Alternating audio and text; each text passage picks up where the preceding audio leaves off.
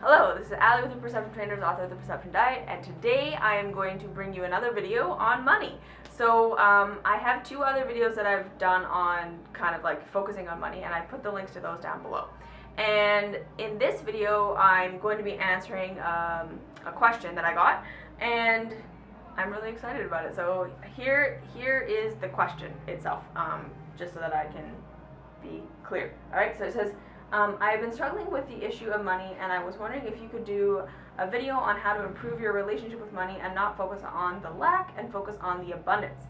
I made some really bad purchases in the past that I really regret. I also try and buy happiness by treating myself and hoping that hat, purse, or handbag will make me feel happier, but it rarely does. Or if it does, it's temporary. I would be really grateful if you could do a video on this topic. Thank you so much. Okay, so if you watched my last video on Hungry Ghost Syndrome, I highly recommend that you go do that, and I will put the link to that down below as well. Because again, it kind of explains that, you know, we're all in this illusion, right? That capitalism is going to give us what we want, right? That we're going to make the next purchase, that we're going to have the next handbag, we're going to have the whatever, and that's going to get rid of that gnawing, aching feeling of not being good enough, right? That's at the core of who we are. And the reason I explained in that video, and I'm just going to elaborate on it a little bit more here, because I feel like this is very much tied into money and how we handle money and how we handle ourselves, is that core root feeling of not being good enough, okay, comes from not embracing who you are right now. So, and I want to expand on that a little bit too right now, in that, you know, I'm not saying, okay, that you're not going to feel good about yourself and that you can't feel good about yourself, or you can't feel good enough until you're ultimately expressed, right? Until you feel like you fully know who you are and you're fully being that. I don't believe that you're going to get there in your lifetime. Okay, that's like, I really believe that so long as you're alive, you're going to be discovering things about yourself. You're going to be expanding into new versions of who you are. You're going to be expanding into new expression. And so again, if we can just kind of step outside the fishbowl of culture right now that tells you there is an end goal that you can get to, and you will be happy when you get there, and unless and until you arrive at that place, you cannot be happy, right? We need to step into a new fishbowl that says, I can be happy on the journey, right? That's what this truly all means. That's what stepping out of hungry ghost culture is, right? It's saying, I'm on a journey. I'm here for the next 60 or 80 or however many years I'm going to be alive. And I'm going to keep growing and learning and changing and doing things all throughout that time. So if I'm saying until I'm ultimately anything, I can't be happy, you're never going to be happy, right? Because you're always going to be learning. Life is always going to be happening to you. When you're 99, you're still going to be learning stuff. So if we're basing our I'm good enough when I arrive on, right? If we're basing our happiness on that, we're never going to get there. So starting to just make room for this idea that yes, you're here to express authentically, and that's what's going to make you feel good, okay? And what that means is, it simply means expressing authentically for who you are and what's arising for you right now. Not ultimately, not I have expressed it all, I know it all, I'm completely self-aware. No, it's not that. It's in this moment, I'm angry, and I'm just not going to make myself wrong for being angry. In this moment, I would rather call in sick for work and take a sick day, and I'm not going to make this mean that I'm never going to go to work again, and if I do this, that that it's going to throw away my career, and I'm going to lose all my money, and I'm going to be a bag lady on the street. No, I just want to take today off, and I'm just going to trust that, right? It's just slowly starting to make room for who and what you are right now, right? And getting off this track of like, well, if I'm angry, I gotta fix it. If I'm having a negative emotion, I'm not a spiritual person. If I'm a little bit immature right now, I'm not mature, and I better be working on becoming mature. And just saying, no, what can I learn about who I am and what I need and what I'm here to express in this time and in this moment? And I'm gonna loop how this has something to do with money, don't worry, okay? But it's just That's what embracing yourself is. It's just whatever is going on in this moment, okay? How can you be a little bit more authentic and make a little bit more room for who and what you are in this moment, and just let go a little bit of the self-improvement path, right? That says you're not allowed to feel, be, and express who and what you are right now. And just say, okay, no, this is okay, right? That I'm gonna continue to learn and grow and change, whether I'm chasing it so fucking hard, or, right, like trying to make my life different and resisting everything that's happening to me right now, or allowing it. Change is gonna happen.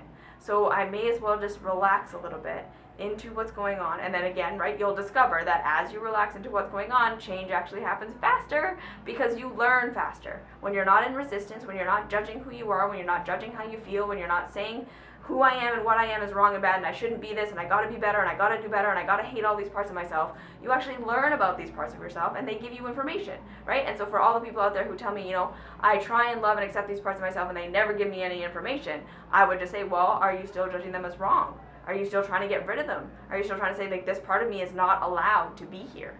And I'm doing this with the intention of getting rid of it, right? Because if you're doing anything with the intention of just getting rid of the sadness or getting rid of the self-sabotaging behavior or getting rid of the whatever, right, it's not really going to work properly, because you have to make room for it to be what it is right now, knowing that it has something for you, right? That it's really shifting that perspective of this thing that's occurring is trying to hurt me and I got to get rid of it, into this, how are you helping me, right? How are you serving me? Is there a positive intention here? Because there always is. And that's how we start to get this communication, okay? So now with money, right? That's the first thing. Just start to notice where you're on this hungry ghost path, and how you can start to see beyond it a little bit. Why do you need the handbag? Why do you want the purse? Why do you want these things?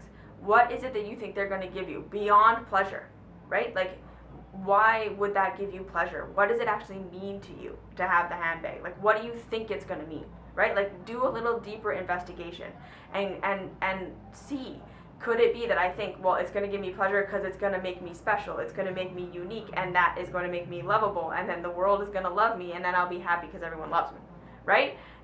Usually that's actually the line of thinking that's going on. So what you're really looking for, right, is love. And then you put in here, you know, I have made some bad purchases in the past that I really regret. Well, again, right, you're beating yourself up for something that you've been through rather than allowing yourself to learn from it, right? So this is the thing. If we hold on to something that we've done in the past as being a mistake, a thing we shouldn't have done, a thing we regret, a thing we feel guilty about, right, we are going to trap ourselves in that consciousness, and we never actually learn from that behavior, because we're ejecting ourselves from the experience, from the true, authentic, emotional, mental experience that choice was meant to give us. And because we are ejecting ourselves from it by telling ourselves it was wrong and bad and we shouldn't have done it, that's how we reject ourselves, and that's how we eject ourselves, right? Is when we tell ourselves this shouldn't have happened, that was wrong, that was a mistake, that was bad, I shouldn't have done that, I'm a terrible person because I did that. We eject ourselves from what happened, right? We reject reality, and then we can't learn from it. And then what we're going to do, and you'll notice this, right, is that you're going to continue to make that mistake over and over and over again, not because you're stupid, not because there's something wrong with you, not because you can't learn, but because you're not allowing yourself to fully have the experience. So therefore you're not allowing yourself to learn from it. So it's part of your path.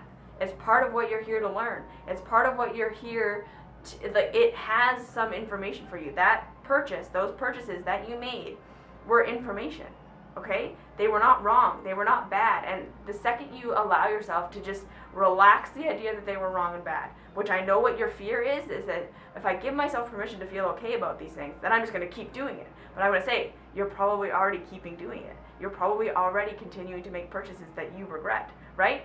You're telling yourself this is wrong and bad. It's not actually stopping you from doing it. It's forcing you to do it more, right? So what if you just allowed yourself to say, okay, no, this isn't wrong. This isn't bad. This isn't something I should fight, right? My spending habits are not wrong and bad. My ideas and concepts about money are not wrong and bad. They just are what they are right now. And if I can just relax judgment a little bit for a second and just say, okay, what is the lesson here? What am I to learn through this? And it could just be that, like, you know, well, it will be for sure, a level of it will be that you need to learn to love and accept yourself as being someone who's going to be on a journey, right? You don't know everything. You don't have all of the, hindsight is 20/20. You see what I'm saying here? You're gonna go through experiences and then in hindsight be like, oh, right? That was the lesson. There's some information I didn't have about life before that I have now based on that experience and based on that choice. And that's what life is going to be forever, right? And if you're just going to continue to beat yourself up and regret what you did and say, I should have known better and I should have done better and I should have been better, you couldn't have.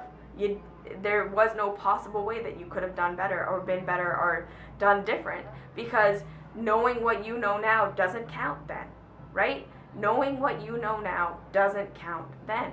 If you knew now what you know, if you knew then what you know now, you would make a different choice. But the thing is, you never would have known that. You wouldn't know what you know now had you not made that choice. So this is the thing. You got to embrace your path. You got to embrace your path. That your path has not been a mistake. It's all information.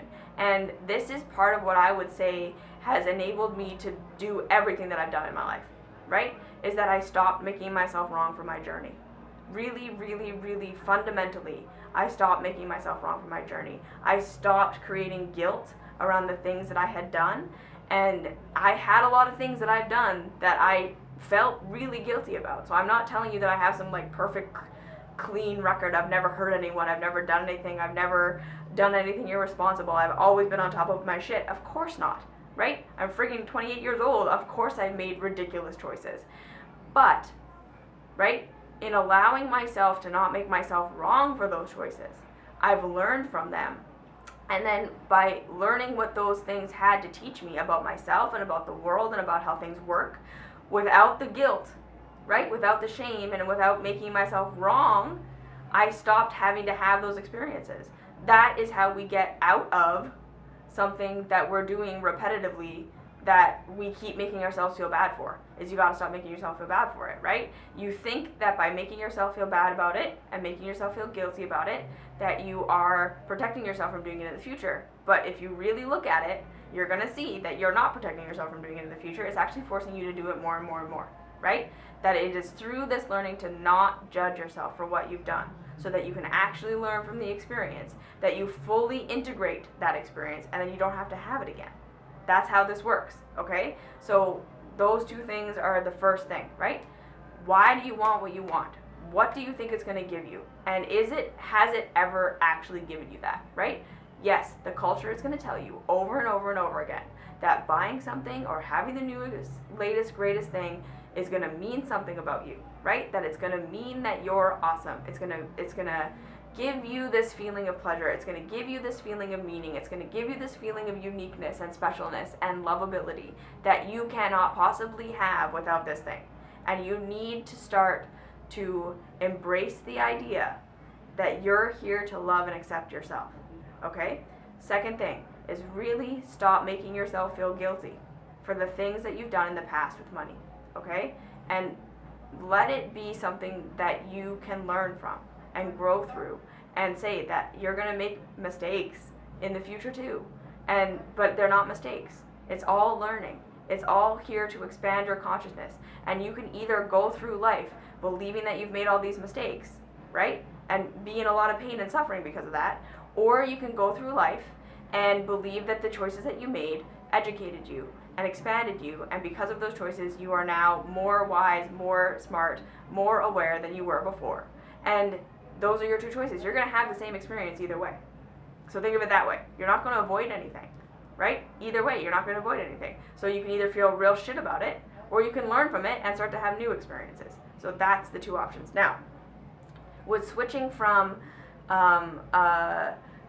poverty or lack to abundance, again, I'm going to say, first and foremost, look at, we need to embrace the idea that money is not a reality. Money is a reflection of a reality, okay? Money is not a true reality in and of itself, in that if we all stopped as humans participating in money, money wouldn't keep going on its own, right? Like, if we were all like, okay, all humans, we're no longer participating in gravity. Gravity would continue on, because it's a part of our, kind of relative truth right now here on the planet Earth. Even if we don't want to participate in it, or we don't want to believe in it anymore mentally or whatever, gravity is going to continue on, right? Whereas money, if we all stopped participating in it collectively, it wouldn't continue on its own, right? Money isn't going to keep making itself. Money isn't going to keep spending itself. Money is a reflection, okay? Money is a construct that we have made, that is a part of a consensus reality. This thing has value, and we have decided that it has value, and this much value, and this is what is this value, and this is less value, and we've all made up all these rules about it, right? So just start to see a little bit. See if you can kind of loosen your ties to this idea that money is so concrete and so real and so true, right? That no, it's like completely man-made. We made it up, right? We made it up in pretty much every way possible. We have invented money. We invented value. We invented this means more than this. We invented this is more valuable than that. We invented all of that.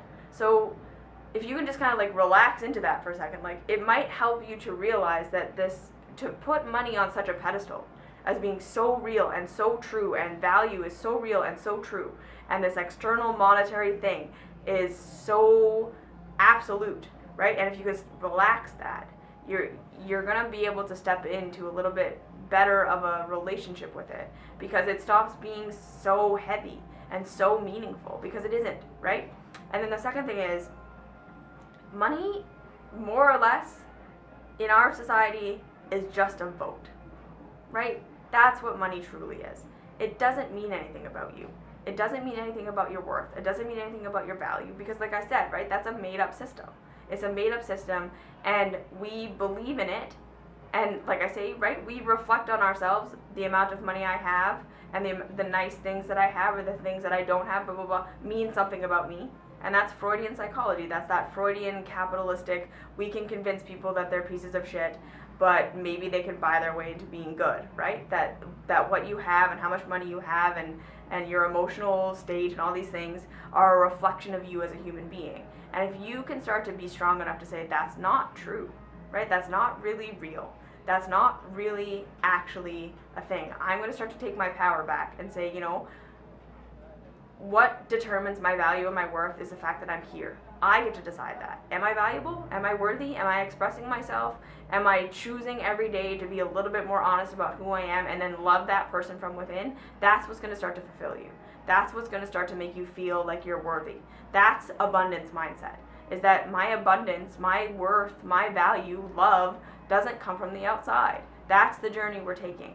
And we're reflecting it back to ourselves in this money situation, right? By seeing that no matter how much we have, no matter how much we spend, it doesn't make us feel the way we think it's going to.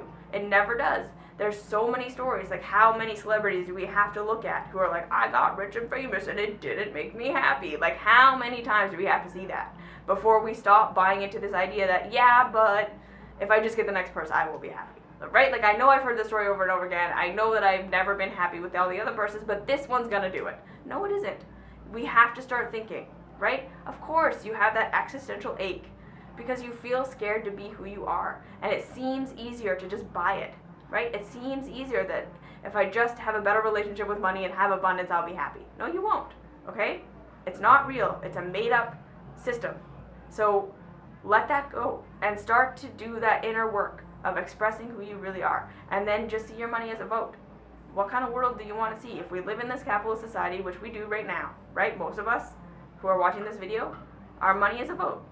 So what do you want to vote for, right? What kind of world do you want to live in? Start to think of money in that way. How can I use what I have to vote? Because it has nothing to do with who I am. It has nothing to do with my value. And I'm going to start to work on that aside from this. And then I'm just going to use money as a vote. Money is just a vote, right? It's just a vote. It's just a vote. What do I want? What do I want to see? Who do I want to support? Who do I think is awesome? That's what money is, right? If you have some, vote. If you can, vote. Just vote. All right? So if you have any questions, comments, concerns, please leave those down below. Like, subscribe, share, do all that fun stuff. join us on Patreon. We meet 3 times a month, and it's really great. And yeah, I really love that group. So if you want to do that, and I will see you in the next video.